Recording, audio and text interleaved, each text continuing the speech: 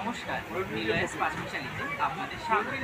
আজকে কোনো রান্নার ভিডিও আপনাদের সাথে শেয়ার করছি না। আজকে আমরা সবাই মিলে যাচ্ছি পুরীতে, তারই কিছু মুহূর্ত আপনাদের সঙ্গে শেয়ার করব।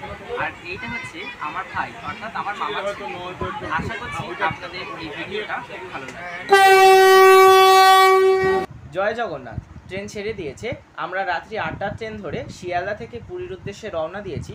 যেহেতু প্রথমবার দুরন্ত এক্সপ্রেস ধরে যাচ্ছিলাম, তাই জন্য মনে ভয় থাকা সত্ত্বেও সবার সঙ্গে আনন্দ আর ভাইয়ের এই দুষ্টুমি দেখতে দেখতে আমরা পৌঁছে গেছিলাম পুরী। তখন বাজে প্রায় ভোর 4টে।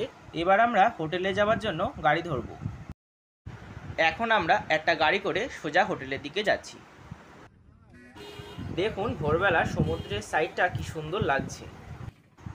তো এখন আমরা পৌঁছে গেছি আমাদের হোটেলে। আমাদের হোটেলের নাম ছিল হোটেল অন্নপূর্ণা। আমরা মোট 2টো রুম বুক করেছিলাম। হোটেলের ঘরগুলো সত্যিই খুবই বড় ছিল। কিছুক্ষণ রেস্ট নেওয়ার পর আমরা সোজা চলে আসি পুরীর মন্দিরে জগন্নাথ দেবকে পুজো দেওয়ার জন্য।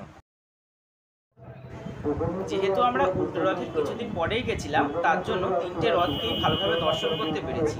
এবার ফোনগুলোকে জমা রেখে আমরা মন্দিরের ভিতরে পুজো দিতে ঢুকবো।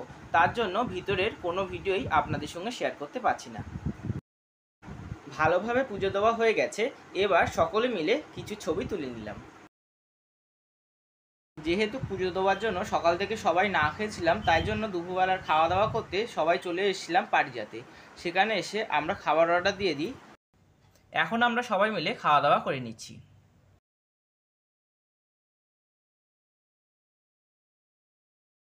তো খাওয়া দাওয়া কমপ্লিট করার পর আমরা সবাই মিলে চলে এসেছিলাম সমুদ্রের ধারে।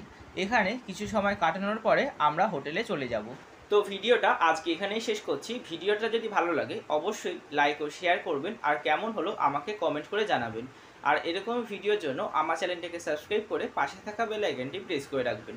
আমি খুব শীঘ্রই পরবর্তী ভিডিও নিয়ে আসবো। ততদিন সবাই ভালো থাকবে।